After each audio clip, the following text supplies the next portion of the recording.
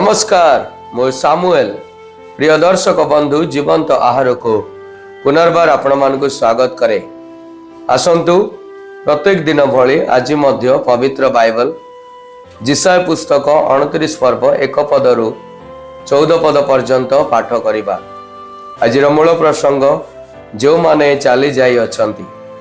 एठारे प्रकार लेखा जाए, हाय ओरिएल ओरिएल दाऊदर छाउनी नगर, वर्ष को वर्ष जोग कर, पर्वमान पाळी अनुक्रमे आसु।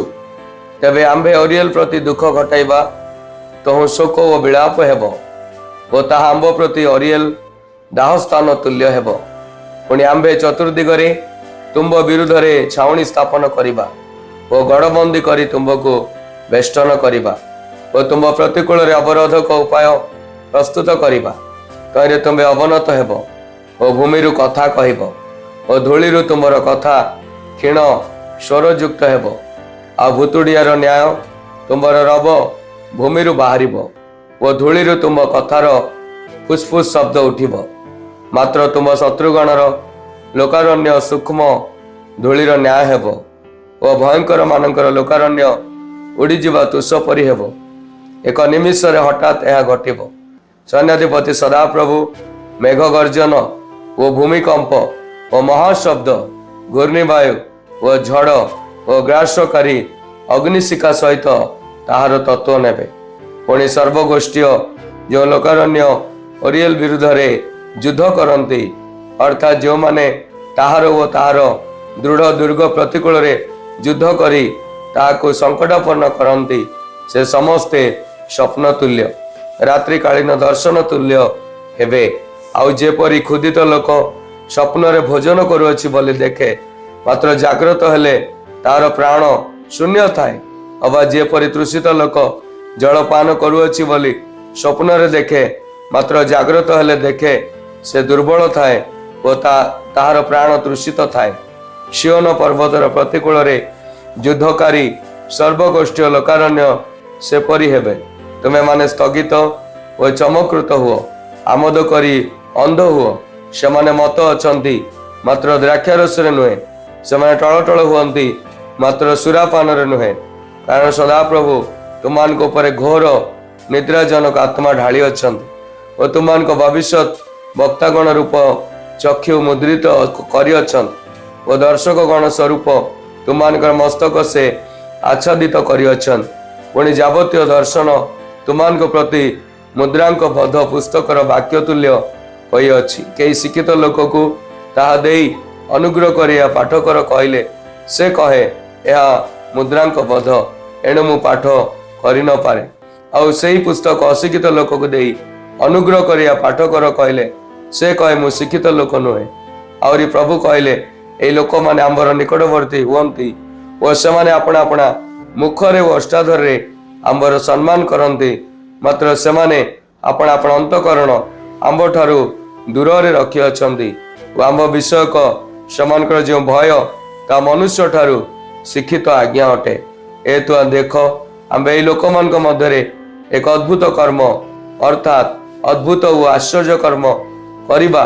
पुणी सेमाने ज्ञानी लोक मानक ज्ञान विनष्ट हेब ओ सेमानकर विवेकी लोक मानकर बुद्धि लुचा जीव। पठित शास्त्रांश पठन रे एवं श्रवण रे ईश्वर हमको आशीर्वाद करंतु।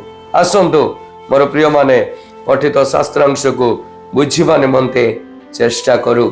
जेरुसालेम रो लोक माने पर्व पालन एवं उत्साहर सहित उपासना करुथिबा देखा जाउथिला, किंतु सेमाने ताहा असमर्पित हृदय रे करुथिले। फलस्वरूप सेमाने असुर्य द्वारा आक्रमण कराजिबे, अनेकंकु हत्या कराजिब, सहर जळिजिब एवं जेरुसालेम एक होमबळी परि होइजिब। तथापि सेमानकर हताशा को स्वीकार करी परमेश्वर असुरर विचार करिबे एवं सेमानकर योजना को विफल करिबे। परमेश्वर लोक माननको एवं भविष्यत वक्ता माननको मध्य अंध करिबे, जहा द्वारा सेमाने तांको वाक्य बुझी पारिबे नाही। जो माने बाह्य भाव में अबाध्य हृदय सहित परमेश्वरଙ୍କର सेवा କରିଥିଲେ ସେମାନଙ୍କ ପାଇଁ ଏହା ଆହୁରି ଭୟଙ୍କର ଦଣ୍ଡ ଥିଲା। ଈଶ୍ୱର କିଏ ଅଟନ୍ତି? ଆସନ୍ତୁ ଆଜିର ଶାସ୍ତ୍ରାଂଶରେ ଆମ୍ଭେମାନେ ତାହାଙ୍କୁ ଦେଖୁ। ଯେଉଁମାନେ ବାକ୍ୟ ଶୁଣିବାକୁ ମନା କରିଥିଲେ ଏବଂ ମନ୍ଦ କାର୍ଯ୍ୟ କରିଥିଲେ, ପରମେଶ୍ୱର ସେମାନଙ୍କୁ ବିଚାର କରିବାକୁ ସ୍ଥିର କରିଥିଲେ। ବାକ୍ୟ ପ୍ରତି ସମ୍ବେଦନହୀନ ହେବା ଏକ ଭୟଙ୍କର ଦଣ୍ଡ। ଯଦିଓ ଆମେ ବାରମ୍ବାର ଉପାସନା କରୁ ଏବଂ ଚର୍ଚ୍ଚରେ ଈଶ୍ୱରଙ୍କ ଗୃହରେ ସକ୍ରିୟ ରହୁ, ଯଦି ଆମେ ବାକ୍ୟକୁ ଜାଣିନଥାଉ ତେବେ ପରମେଶ୍ୱର ଆମର ବିଶ୍ୱାସ କିମ୍ବା ଜୀବନ ଶୈଳୀକୁ ସ୍ୱୀକାର କରିବେ ନାହିଁ, ଯାହା ଆମେ ମାଥ୍ୟୁ 7 ଅଧ୍ୟାୟ 21 ପଦରୁ 23 ପଦ ମଧ୍ୟରେ ଦେଖିପାରୁ। ଏବଂ ଆମର ଜୀବନ ବାଲି ଉପରେ ନିର୍ମିତ ଘର ପରି ବିପଦରେ ପଡ଼ିଯାଇପାରେ।